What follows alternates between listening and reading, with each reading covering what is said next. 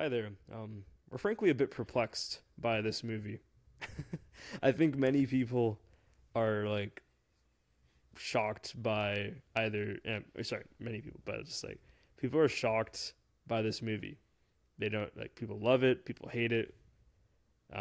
It's pretty split down the middle in terms of love and hate. But I know. I mean, I looked down more the avenue of hate in terms of this movie because that's how I felt, and I think Josh felt the same way. So we're here to talk about Wuthering Heights. Actually, I should say quotations. Wuthering Heights quotation mark by Emerald Fennell. The book, of course, very famously written in the mid 1800s by Emily Bronte, I believe it's pronounced. This is another adaptation. There's been many adaptations, is what I've learned of this book, and so probably the biggest budget one that's ever been made as of right now. None of the other ones really even compare in terms of the amount of money that was put into it. And so we have Margot Robbie, Jacob Elordi, huge actors, Oscar nominated actors, as a matter of fact. And Hong Chow is in it too. A few other names. They have the guy from Adolescence in there too. Owen Cooper. Yeah, there you go. The girl is actually the one that plays Isabella is from Saltburn as well. She played the sister that got hurt. Venetia. Yeah. Yeah, I noticed that. I noticed that later on in the film when she got married to Heathcliff. I was like, that girl looks familiar. It was almost just like her submissiveness. It wasn't even like the way she looked. It was like her submissiveness and the way she acted. I was like, well, this seems That's what gave it familiar. away. Yeah, yeah. Yeah. Well, there's similarities, but I realize now, is she trying to be Wes Anderson, huh? You think you have your own troupe of people? Jacob Elordi and I know Margot Robbie's like her friend because she was also in the Barbie movie, Emerald Fennell. She was acting in it. So they have that relationship. But anyway, movie was released February, I think it was on Valentine's Day. Yes. Go boldly, which is hilarious. 2026. You know what else was released on Valentine's Day? The 50 Shades movies. Oh, how fitting. Yeah, so seems like whenever you want just very egregious smut in the theaters, that's the day to do it. And so it was not well received at all. Do you know what the Rotten Tomatoes one is actually? I don't know. I don't really know what critics felt about it. Oh, that's actually a good idea. Yeah, what was the consensus from critics? Because audiences are rather mixed, for sure. 57%. Yeah, that seems about right. 57% critic score. 76% popcorn meter. What the hell is wrong with people? Wow. 76%. I think Drive has less than that. Like a good movie. You know what? Yeah. Rotten Tomatoes, you take that with a grain of salt. Like, oh yeah, I mean, in the end, our opinion's yeah. our opinion, but I at least like to, get like an aggregate of what critics thought. And ironically, like 57, because a passing grade in Canada is 50. So technically it's not rotten if it's above 50. But even then, it's pretty low in comparison to other movies. Yeah, I don't even know. We'll just start going with it because there's probably a lot to discuss in terms of just what we didn't like about the movie. But Josh, you tell me sort of your experience with Wuthering Heights. You didn't know anything about it going into it, right? Yeah, I didn't really know a whole lot about this movie going. I knew that it was based off a book, a classic, some classic literature, English which is, ironic that Drayton isn't here because he's the literature major. Yeah, I was thinking maybe we should have him send like an audio clip of his opinion on the book if he's happened to have read the book. Imagining he hasn't watched the movie. Yeah, I don't know if he has watched the movie, but I'm sure he'd watch it pretty quickly. Yeah, I knew that this, from what I've heard going into this, I knew that this adaptation by Emerald Fennell was not even remotely, literature uh, accurate to the book at all.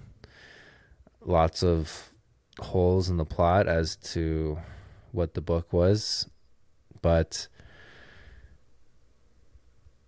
yeah, okay, wait. Let me just pause and rewind. So my first sort of knowledge of this movie was me going to the theaters to go see Begonia, and they had a trailer for this movie. And it was one of those super intense, erotic, sort of body horror esque trailers with like the whole eggs and the sweaty back, the tightening of the bouquet, the fingers in the mouth. Like that was just it was just all those scenes put together. And me and Robbie were like, yo, what the hell is this kind of movie? Like, what is this? And then when I went to go see Wicked with Sarah and her family, and it was another Wuthering Heights trailer, but it was pretty much like a PG trailer. Like Yeah, I was me gonna and say, I'm Robbie like, they were would like, show, yeah. is this the same movie? Like, what's going on here? so, so it's weird that they have the two different trailers for, I guess, different audiences. But regardless, the kind of movie that they, marketed it as and portrayed it as was not really what the movie was at all. It was, so I guess my experience watching this was I was very bored. I couldn't, it was very mind numbing to get through because there was just no substance to this movie at all, essentially. The whole plot was this Heathcliff obsessing over this woman, Catherine, who wasn't available to be with him, but they still hooked up. There was absolutely nothing to this movie except for that and the toxic relationship they had with one another. I don't know. I mean, this movie it looked awesome. Like it looked good. I think it was Linus Sandgren. He was the cinematographer. Hmm. He's also going to be doing Dune Part 3. So that's going Yeah. to be awesome. Hmm. I did give it a star for that. I gave it a half. I The star is for the look of the movie, and what's the other half? So I was going to give it 2 because I really liked Charlie XCX's music for this movie. Hmm. But I wish it wasn't enough. I thought that she was going to have more of her music in this movie than there was only maybe like 1 or 2 of her songs in it. I think she did work on the score, so it is her. But yeah, like vocally, she's not Yeah. that prevalent. Mm-hmm. And actually, the song that like is popular from the movie, the "Dying for You" one that has like a whole trend on TikTok, is not It's in the like, movie. I think I'm gonna die in No, no. this. So there's that one. Okay, yeah. There's that one, and then there was another one that's more poppy, Yes. and it had a trend on TikTok going, and a whole dance. But I was surprised that it was not in the movie at all. It wasn't, so I guess maybe in the credits it was there, but maybe it was just released with the movie. But so yeah, some of the songs I think she made for it aren't in the movie, but it's in the Mhm. soundtrack. Yeah. Yeah. But I did think as well that it was cool. You could probably have your typical score, but I think it added a cool element to it and a different vibe. I just wish the vibe was a bit cooler throughout the movie because it didn't feel that way. So, uh, you said you saw like what 30 minutes of it before, like you started it I did and you start just it. checked out of it. Yes. So before we decided we were going to watch this film, I saw that it was a recently added movie on Crave. And instead of, wasting 30, 40 minutes deciding what I was going to watch, it was kind of the first thing I saw. I'm like, you know what? I'm going to watch this. And it was the whole childhood upbringing with Kathy and Heath. And then, yeah, it was just like 30 minutes. And I'm like, man, this is just not very interesting to me. Like, I feel like this is probably going to be not a great use of time. Like, it's just not that any movie, like, watching a bad movie is bad use of time. It's just, if it's not something, it just didn't pique my interest at all. It was very boring. So I was like, all right, I can't do this. And then Darren's like, oh, like let's do this movie. I'm like, you know what? Yeah, this could be fun to kind of just like rant about. Yeah. So I knew it was not going to be good. So I was putting myself through it, guys, just to watch it. We watched this movie, so you don't have to. Yeah. Though if you do, feel free to join in our sort of like distaste for it. So for me, I knew about the torture it caused to the book, essentially. Like, just like I watched quite a few YouTube videos actually breaking down why it's a bad adaptation, because I don't know enough about the book, so I couldn't approach this from the angle of this is disrespectful to the book. So I had to watch like a lot of different people talk about it, so I'm a bit more like, aware. I read the synopsis of the plot of the book in like just my own time before we watched the movie, just so I'm like, all right, just how bad like does it deviate from it? And it turns out like I don't get what Emerald Fennell saw when in like what she was making here. Essentially, she strips the book of its actual like quality, of sustenance. It like the themes it actually captures or does, and makes it into this fanfic of what she wants from the story. Because in the actual book, it's not at all about like a 50 Shades of Grey love affair thing going on. Like, that's not at all part of it. I think they say it's insinuated an intimacy thing, but the movie is more so about, or sorry, the movie should have been, or based on the book, more so about like race and class, and kind of like, it sort of had the decision on like choosing to get out of poverty by kind of like not chasing your true love, because they would have never been rich with Heathcliff at that time, but she chose Edgar because the status, like, that's kind of there, but there's a bit more reasoning to it. And so someone said that in reality, like, Emerald Fennell is the wrong person to make this movie, because she thought she was making Romeo and Juliet, when in reality the actual story of Wuthering Heights is more so like Nosferatu. Yeah, like a gothic horror. Gothic horror. Gothic horny horror. But not even horny. Or like the book is not like that horny. It's not even that horny. Okay, yeah. No, because it was the 1850s, number one, so people were not writing like that. It was definitely, though, brutal and violent. That was what the book was.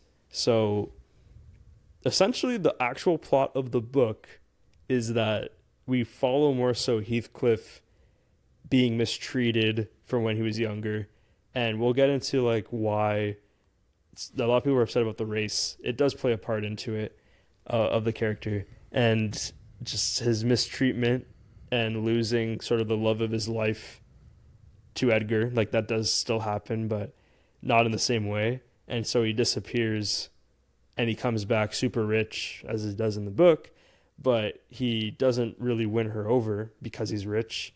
He instead does marry Isabella and goes like crazy.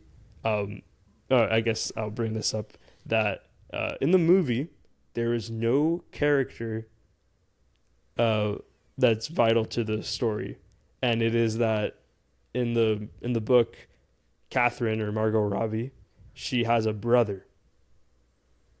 So when they're younger kids, they are siblings. Nellie, the Asian one, which in reality, of course, she's not actually Asian in the book, and their dad brings home Heathcliff, and the dad actually likes Heathcliff and adores him, and he has a bad relationship with his actual son. I think it was Hindley is his name. And what happens is the dad actually dies early on, not like this way later in time thing like the Emerald Fennell showed.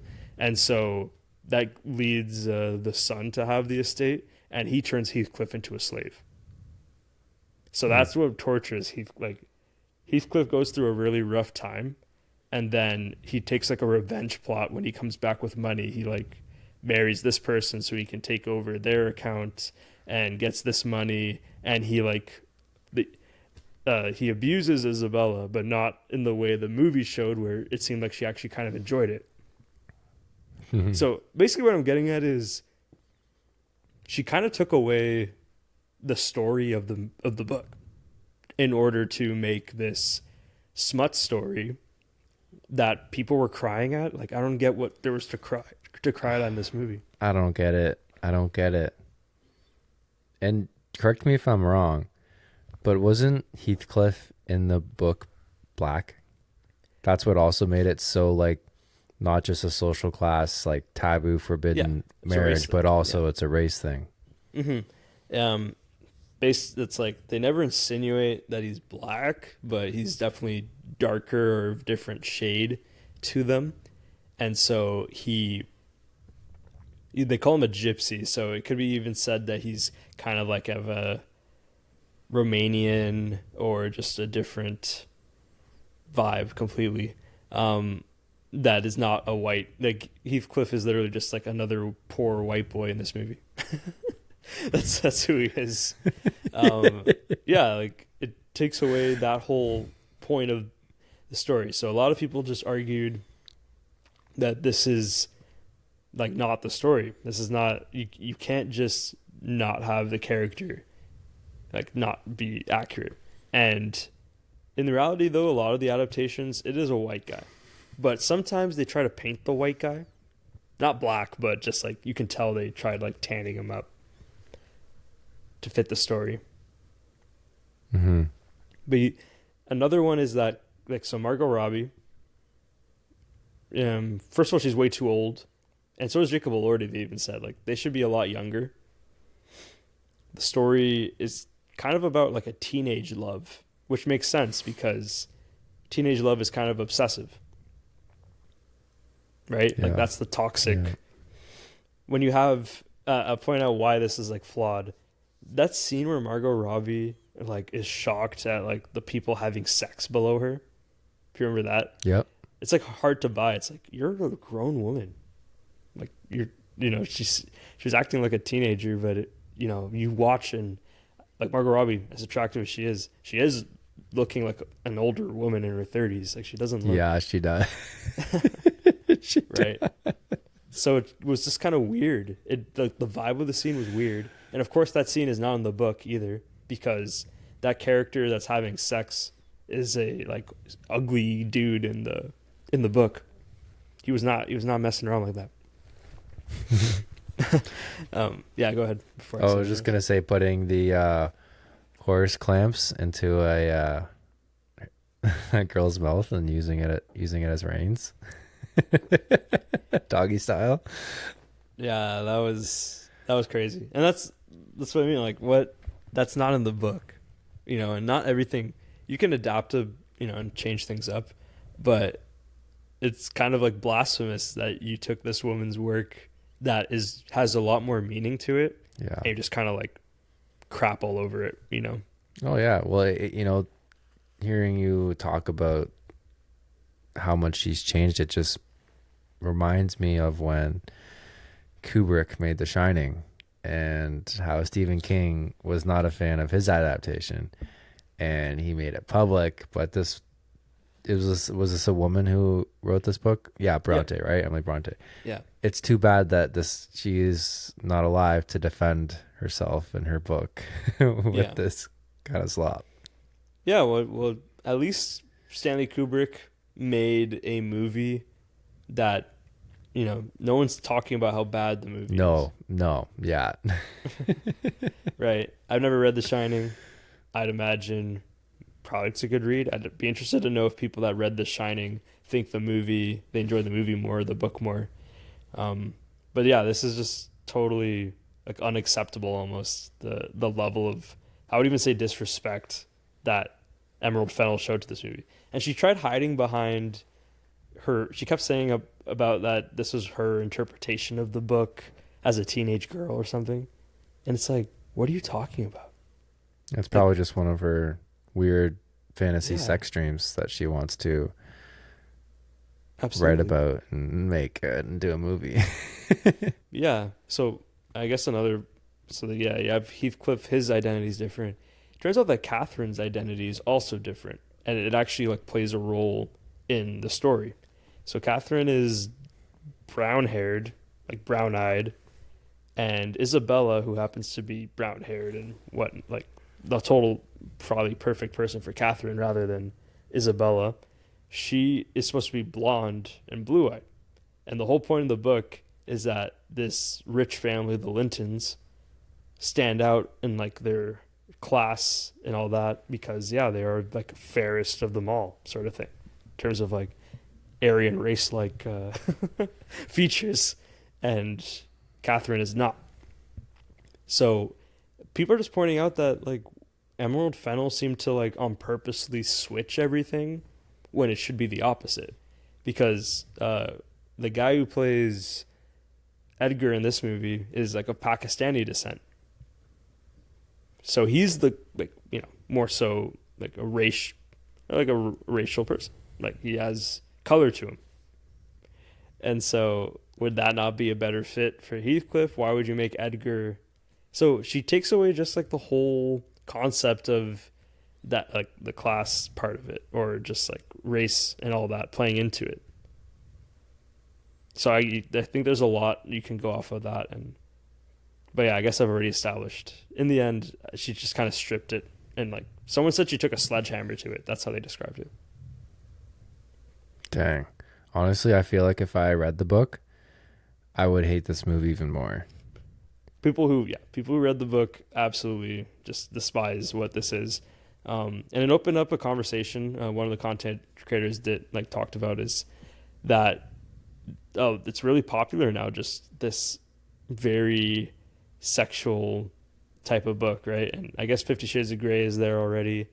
But there's an app right now. I forget what it's called.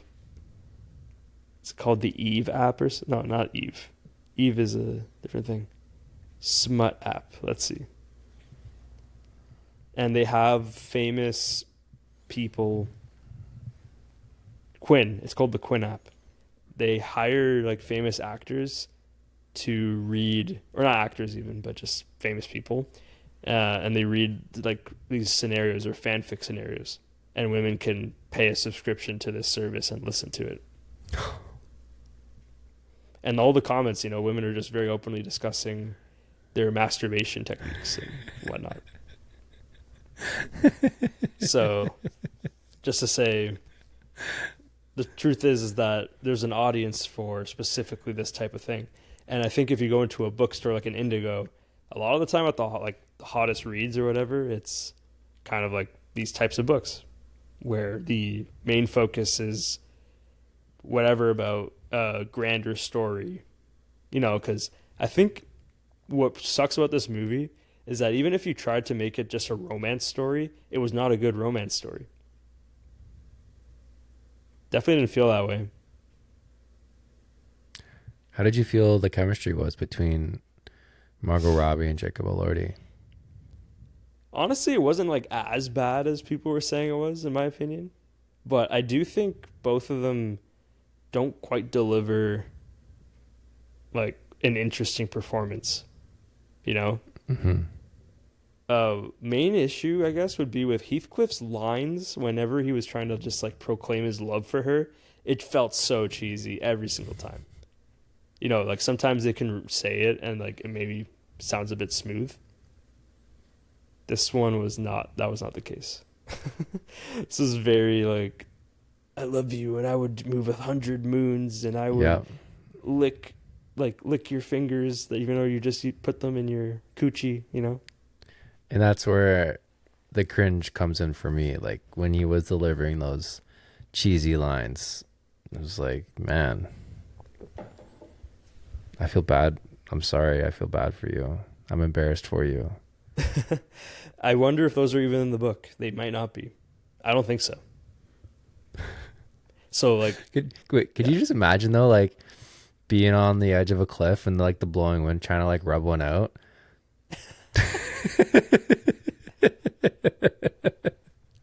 Just yeah, no, man. That's just crazy in itself. Again, I don't think there's a part of the book where she's masturbating in the moors and he comes over or anything like that. Like that's all the creation. And I'm just looking who. So Emerald Fennell wrote this movie. That's what like is so crazy about it all. That she just put it on its head. I don't even know. Just absolutely wrecked it. And just creates a less interesting story than what possibly could be. I also just like people. How are they having like sex everywhere? It's in the house that other people live in. Is he just like they're just letting him in and no one hears anything, or why is he away for so long? Oh, there was actually when I was watching this, I was reminded of you've met How I Met Your Mother, right? Yeah, I've seen it. Okay. I don't quote me on this, but I think this is what it's called. In this episode, they talk about the Doppler theory, where there's a very thin line between doing something because you love somebody, but if they feel that way about you, then that will perceive if they think it's cute or sweet versus if they think you're creepy or like crazy. Yeah. And the things that Heathcliff was doing was very like psychopath, stalker, creep, tracking this woman down, showing up in her house in the middle of the night. But because Margot Robbie or Catherine was into it, it was okay. But if she wasn't, it would be bad. I think more so even like he is a Jacob Elordi. Like he's a handsome guy. Yeah. The guy is not that good looking, is pulling all these tricks and saying all these like overly passionate things. It'd be like, oh, like rejecting that. No one wants that. So that also is a thing. Like he's so handsome, of course, like no one's gonna turn the guy down. But what's still like kind of crazy is that Isabella, she's a victim in the book, right? And that's what kind of grossed me out from it. I actually was considering going to see this movie at a certain point because I figured it might present something cool, like in the end, because you have Linus Sundgren and, though I didn't like Saltburn like that much, I still thought like it would entertain me, but it was actually just so boring. Yeah. But what I was going to say is just that Isabella is a victim of abuse in the books. Like, there's no part of it where she is interested in this behavior. And I'm pretty sure there's no lines where Heathcliff is just like saying that he, like, so on the nose of I'm going to abuse you, I'm going to assault you, and you're going to like it. And she's like, yeah. Like, you want me to stop? Like, that whole thing, I don't think that was part of the book. And so, like, what about the dog? What about the dog scene? Okay, yeah, no. Actually, interesting point about that. In the book, I think he hangs Isabella's dog. Like, kills her dog. I would say it was kind of funny, though, like, that scene, because when they knock on the door and you hear a dog barking, they don't show it, right? So actually at first I'm like, oh, a dog barking. And then I'm like, oh, wait, I already know what's happening. So I knew it was coming. And so, like, yeah, she's on her knees and doing that whole thing. And I get it's alluding back to when the dad said something about when he was, like, beating him up about, like, bark like a dog or whatever. Like, they're trying to show that that's a sign of abuse, that like he's brought back into the fold, essentially. So profound. Oh. Yeah, it's one of those where it thinks it's smart. Yeah. Yeah, but it's too on the nose. And And so yeah, it's it's on the nose to be shocking almost. Like that's the purpose of that. And in the end, yeah, that didn't happen. The story is supposed to be that Heathcliff is terrible, and instead it's trying to be that like this is kind of hot. The fact that he's like really rough with her. Yeah. So it's just odd. That's all I can really say about all these scenes. Like all the choices that were made just kind of lead to be like, why?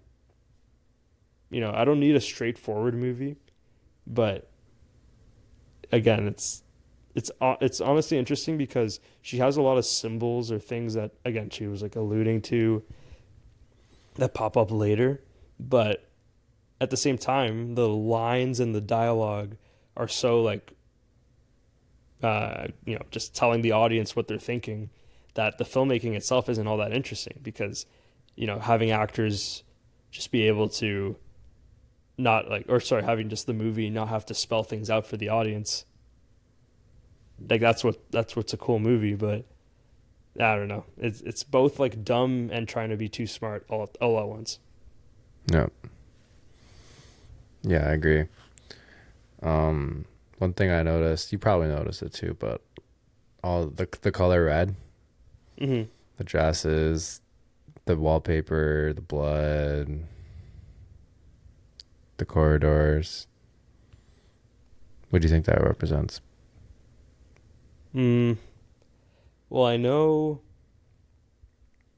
I saw that like someone pointed out the certain symbols that were going on, and when they killed the pig early on, Yes. which by the way, yes, it's the most not unflattering. I was gonna say unflattering, as if it would be flattering, but just like kind of painful experience because the pigs they squeal, man, like loud. You would need like them huge noise protecting earphones and so she walked through it, and I know that was supposed to be sort of a symbol of she'll die, sort of like this is like her going to her death when she's walking, because she walks to the Lintons, I think, right after that. And so when she dies, the blood is kind of like pouring out from her the same way of like a pig's blood thing. But either way, red is supposed to symbolize like just desire, rage, sex, yeah. like very aggressive colors. It's aggressive color. It's an aggressive like symbolism, I suppose. But yeah, life and death. I mean, we all have blood in us. It's just something of life, I suppose. But what did you think? Yeah, I was thinking like sex, anger, like just like hate, that kind of stuff. Like that's the kind of energy that I felt when I saw all that, and the way it was presented with the blood and the blood getting on her dress as she walked through the pig or walked through that archway. And it is interesting that she did kind of walk through an archway, as you're saying. It like represents like death, right? One question. Sorry, forgive me. Yes, sir. So what did she end up dying from? That's interesting. So, in the book, she does die giving birth to her child. And actually, I didn't even mention this. In the book, so what we saw is supposed to be the first half. The second half of the book actually follows their children. So, in this movie, she dies essentially from heartbreak because he married Isabella, which is kind of crazy. But she apparently lost, like they say something about that she lost the child probably months ago or something. So she probably got sick because they never extracted the child from her. And I'm assuming that's how she died. But she also just like never left her bed. Yeah. Like I think it was in the end just trying to be like she died of a broken heart and like never recovered. Yeah. Yeah. And it's like Like, really? That's where we're going with it. Nellie, she was interesting character, eh? Yeah, like again, another like she kind of seemed that she hung out with them more, like she was a sibling. When in the That's what it book, seemed like, yeah, yeah, as they were kids, yeah. when in the book she is like part of the maids, but she was a younger one, and she narrates the story. Like, she's actually the narrator in the book. Um, Again, she's not supposed to be, like, not to hate, but just like she's not supposed to be Asian, and so it's just interesting that she made the character. Like, and people have accused Emerald Fennell of doing this, of like making the characters that we're not supposed to really like, and to like they're the people of color. Like Edgar as well. He's not supposed to be of color, but he is, and he's kind of like viewed as not as. Is he viewed as a bad guy? Would you view him as a? Were No, they trying to paint him as a bad guy in the no, movie? I wouldn't say so. Like, He's just a yeah, poor sucker. I mean, yeah, naturally, the way they portray it, you want, her and Heathcliff to be together, but in no way did I feel like Edgar was a bad guy. He was just someone who got married to, not out of To a love. hoe. Yeah, exactly, to a hoe, out of, really back then everyone was a gold digger because that's what they married for, right? Security, Mm-hmm. family, wealth, and just another thing too. I was just thinking about this movie and like, where is the community, the interaction with other people than just the people that live in this house? You know what I mean? Like, what's going on outside of this house? Yeah. Are they just completely isolated? Like, I don't know. It was weird. I will tell you that, like, not to say that movies really show us a map, but it kind of feels like you get to know sort of where things are. And I felt like with this movie, it was so hard to be like, I don't know how far away Yeah. they were. Yeah. Like, How far was his house with the house they grew up? It felt like it was like a day's trip, and then you could walk there. You know what I mean? yeah, it Yeah. seemed We're your so neighbors. easy and Yeah. yet so hard to get there. So it's just so confusing, and him living there, like in that nasty home. I don't know. It seemed a bit, well, and I guess another thing, when the dad dies and they show just the mountains of bottles, it's like, okay, we get it. He was a drunk. I don't know. I know. I get it. It was like trying to be smart, but like not. It was. Yeah, I agree. Actually, it's the opposite, right? Because it's like, oh, in case you didn't know, this guy was a real alcoholic. Yeah. Get mountains of. Okay, we get it, Emerald. Thank you. Yeah, that's what I was like. I wish we had an understanding of where things kind of lied, because yeah, it felt weird.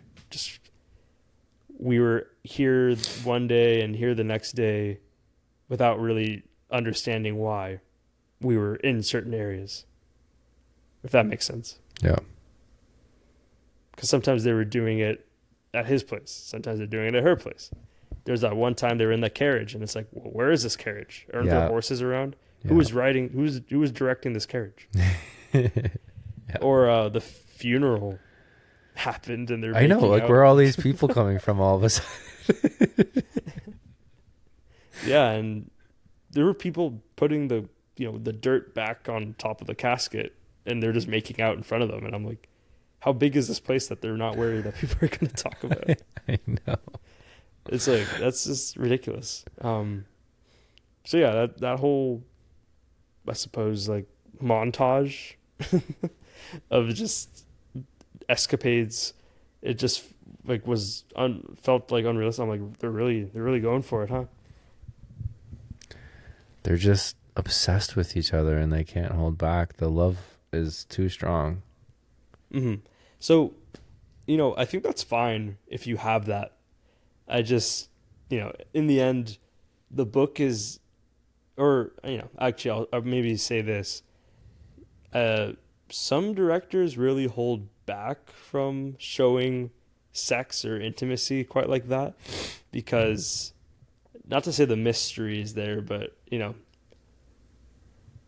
it didn't feel like there was a payoff from seeing them do what they're doing, if that makes sense. In most romance stories, you really build up towards that, and then you're like, like marveled Yeah. at the You're like, love they yeah. have. Yeah. Like, oh, they're doing it. Yes. Imagine that. But I guess that's what goes through people's minds. I don't know. And so, yeah, I mean, not to. It just felt so manufactured. Their love, like they're in love because the movie's telling us they're in love. We're not actually seeing why. Mm-hmm. Like we know they grew up together, but what was exactly so special that they shared with each other? It didn't even seem like they were friends sometimes. It felt like he was annoying her and she was annoying him. Yeah. Which I get. You get enemies to lovers, but like if you're siblings, isn't that like and that's on the book too, by the way, that like the siblings thing. Mm. But it is if I had my parents adopt someone, I'm assuming they're a sister. Like I'm not thinking, oh wow, like this is a possibility for me.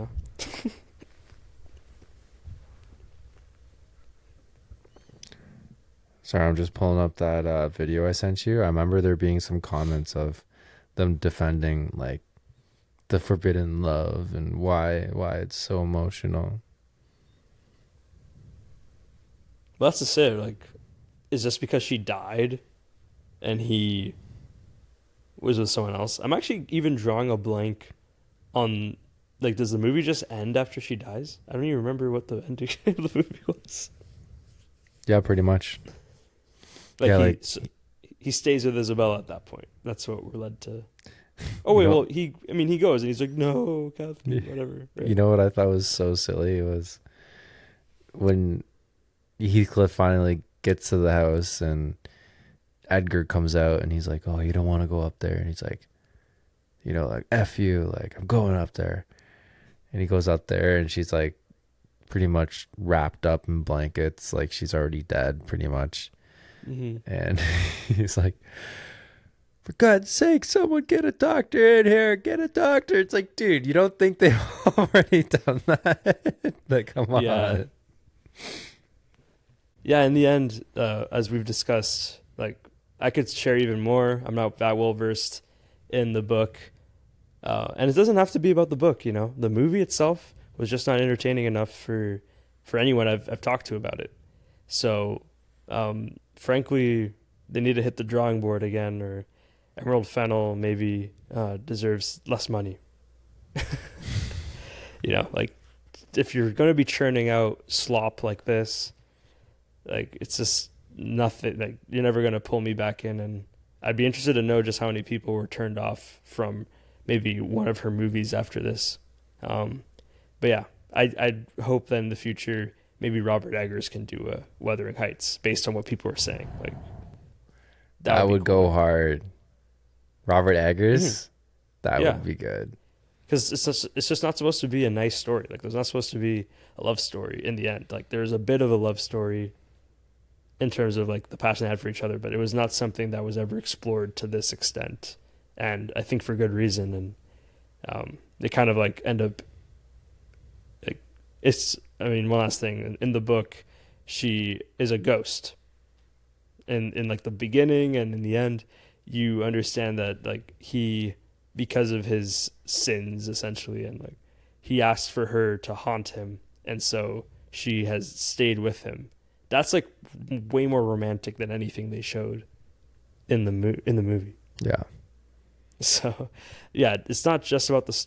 Like, you don't need to adapt a book front like to back and put it right in the movie. Like, that's nothing. But just the movie in general is just quite literally not great, and it's left us wanting more. So that's just our closing statements on that. would not recommend, but feel free to, if you want to understand our pain, feel free to watch the movie. Yes. Yes. No, I second everything Daniel says. If this is what you're into, then by all means go for it. You're the type of person or female, whatever, who, gets off reading or consuming this kind of content. Sure. But if you're looking for a good entertaining movie, I would probably steer clear of this. You're going to be really bored. But yeah, anyways, I gave it a 1.5 stars. Daniel gave it a 2-star. It was David. Where's that coming from? I don't know where that came from. It is really just about the look of the movie, by the way, that it's a 2-star. And Charlie XCX music. Yes. Yeah. Yep. That's really it. No, yeah. That same thing. Exact same thing. Yeah, Linus Sandgren, it was really I liked all the fog, all the scenes with the open hills, rolling hills and rocks. The moors. Yeah. Super cool. I'll just it was a cool shot, that he's in the fog when he comes back after years. But it was almost kind of ridiculous. Like, what do you mean she just happens to stumble upon him? But anyway. Yeah. Loved all the fog scenes. They were great. All right, guys. So next week's episode, I was almost thinking, should we maybe wait till Drayden? Because I'm sure he'd really like this one. But so I'm choosing because I was looking at movies and it's on Mubi, but you could also rent it for like 99 cents on Prime. I'm totally drawing a blank here. My brain's just completely gone. It's too fried now. I'm just too cooked. Oh man, let me just pull it up real quick. I can't believe I'm blanking on this right now. This is embarrassing. The movie you were so excited. To share with just everyone. right out of my mind. No other choice. Park Chan-wook. Okay. Yeah, that's okay. Yeah, I have not seen it. Heard great things about it. Understand it was snubbed entirely. Yes. From the Oscars, which his movies seem to always be, which is kind of weird, but okay. Yeah, I mean, it's kind of almost escaped my mind. I definitely wanted to watch it. Yeah. Early on, but now you brought it up again. I'm like, yeah, that's true. It's one of the ones I wanted to see. So, yeah. Well, thank you everyone for joining. This is it. Drayden was we're having some, Drayden, it was Josh. We're having some technical difficulties. So feel free to follow us on social media. Make sure to, cinema.uncivilized. That's on all those accounts. If you have any inquiries via email, cinemauncivilized@gmail.com is our email. And if you have any questions or comments or want us to review a certain film, you can leave a comment below in the Spotify or Apple. I don't even know. Wherever you can leave a comment, feel free to do so. All right. Appreciate it.